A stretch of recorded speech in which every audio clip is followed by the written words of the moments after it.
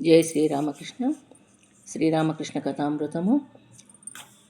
బ్రహ్మ సమాజస్థులతో సచ్చిదానంద సాగరమున చలిదేశంలో అక్కడక్కడ మంచు కురిసి గడ్డలు కట్టినట్టి ఉపమానమే తగి ఉన్నది.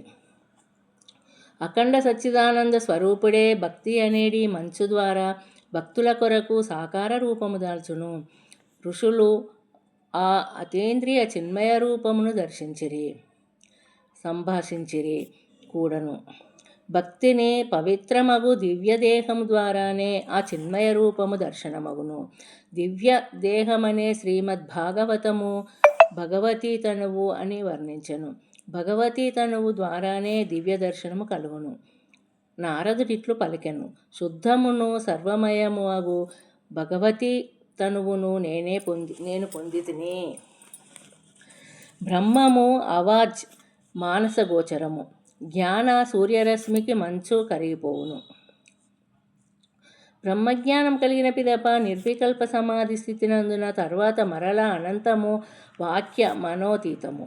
ఏ రూపము లేనట్టి నిరాకార బ్రహ్మము మాత్రమే ఉండును. బ్రహ్మస్వరూపమును నోటితో వర్ణింపజాలరు, నోరు మూతబడును. అనంతమును నోటితో చెప్పగలరా? పక్షి ఆకాశము మీద ఎంత ఎత్తున ఎగిరినను ఆకాశము ఇంకా చెప్పలేనంత ఎత్తున గలదు. తమరేమంటారు? ఆచార్యుడు: అవునండి, వేదాంతంలో ఇట్లే చెప్పబడి ఉన్నది. శ్రీరామకృష్ణులు: ఉప్పు బొమ్మ సముద్రము లోతు తెలుసుకొనుటకు పోయెను, కానీ తిరిగి వచ్చి సమాచారం చెప్పలేదు. సుఖదేవాది ఋషులు అనంత సాగరమును దర్శన స్పర్శనలు చేసిరే, కానీ అందులో మునుకలు వేయలేదని కొందరి మతం. నేను విద్యాసాగరునితో ఇట్లాంటిని.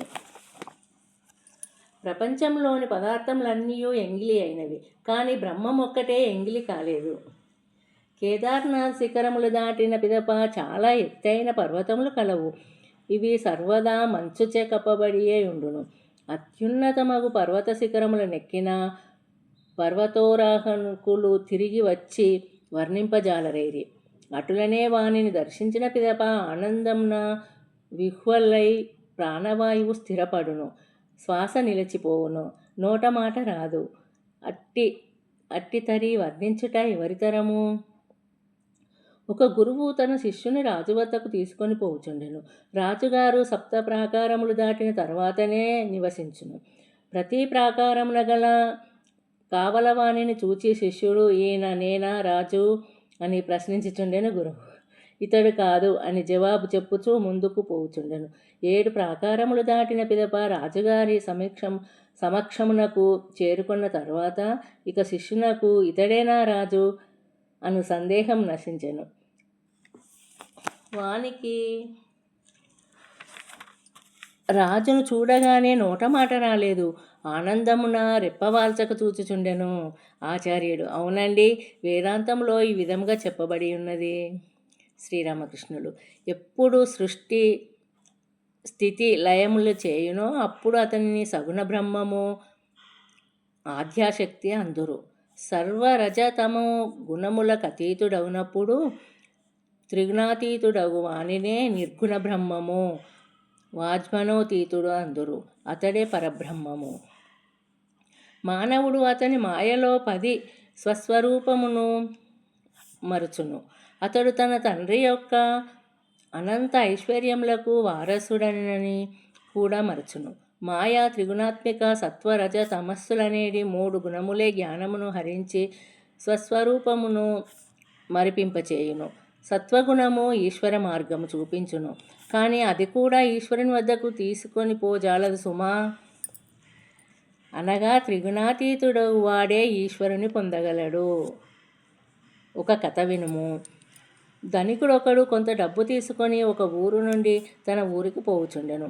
నడుమ ఒక చిన్న అడవి కలదు. ఆ అడవిలో ప్రవేశించటం తోడనే 3 దొంగలు వచ్చి వానిని చుట్టుముట్టి వారి సర్వస్వమును అపహరించిరి. అటుపై మొదటి దొంగ, వీనిని వదిలి ఏమి లాభము, చంపపారవేయుదు అని పలికి చంపబోయెను. అంతా రెండో దొంగ, వీనిని చంపినా మనకేమి లాభము, ఇతడు పోయి పోలీసు వారికి చెప్పకుండినచో మనకు చాలును కదా. అందుచే వానిని చెట్టుకు కట్టివేసి పోవుదము అని బంధించిపోయాను. కొంతసేపైన తర్వాత మూడో దొంగ వచ్చి, నీ కట్లను విప్పుచున్నాను అని బంధములను విప్పి వానికి దారి చూపుచు ఊరి పొలిమరకడ వదిలి, అదిగో ఊరు, నీవింక పొమ్ము అని చెప్పాను. అంతటా ధనికుడు, అయ్యా, మీరు నాకింతటి ఉపకారం చేసితిరి కదా, మీరు దయచేసి మా ఇంటికి వెంచేసి మా ఆతిథ్యం స్వీకరింపుడు అని పలికెను. మూడో దొంగ, లేదండి, నేను ఊరిలోనికి పోయినచో పోలీసులు నన్ను పట్టుకొందురు అని పలికి వెడలిపోయాను. మొదటి దొంగ తమోగుణముతో ఉదాహరణము, వానిని వదిలి ఏమి ప్రయోజనము, చంపివేయుదును అనగా తమోగుణము జీవులను నాశనం చేయును. రెండోవాడు రజోగుణమునకు ప్రతీక. రజస్సు జీవులను సంసారంలో బంధించును, పలు రకములగు పనులలో జీవులను నియమించి ఈశ్వరుని మరిపించును. సత్వగుణమే ఈశ్వరుని చేరు మార్గమును చూపించును. భగవద్భక్తి దయా ధర్మాది గుణములెల్లా సత్వగుణము ద్వారానే కలుగును. సత్వగుణము కడపటి మెట్టు వంటిది, అటుపై కాలు పెట్టిన మిద్దెక్కగలము. మానవుని స్వస్థానము పరబ్రహ్మమే సుమా, త్రిగుణాతీతుడు కానిచో బ్రహ్మజ్ఞానము కలగదనయే గ్రహింపుము. ఆచార్యుడు, స్వామి, ఆహా, ఎన్ని గొప్ప విషయముల గూర్చి మాట్లాడితిరండి. శ్రీరామకృష్ణులు నవ్వుచు, భక్తుల స్వభావం ఎట్టిదో తెలియనా? ఒక భక్తుడు మీరు చెప్పండి నేను వినదను అన్నచో తమరి నోటి నుండే వాక్కులు రానియండి, మేము చెవులారా వినదము అందురు. ఇట్లు పరస్పరము ఒకరికొకరు శ్రద్ధ చూపుచూ మాట్లాడుదురు. శ్రీరామకృష్ణులు మరలా పెద్దగా నవ్వుచూ, బాబోయ్, తమరా గొప్ప ఆచార్యులు, ఎంతమందికి ఎన్నియో రకముల ఉపదేశములు చేయుచుందురు. మీరా ఒక స్టీమర్ లాంటి, ఒక పొగ యోడలాంటి వారు, మేమేదో ఒక చిన్న తెప్పలాంటి వారమండి అని పలకగా అందరూ పక్కన నవ్వి ఆనందించిరి. జై శ్రీరామకృష్ణ.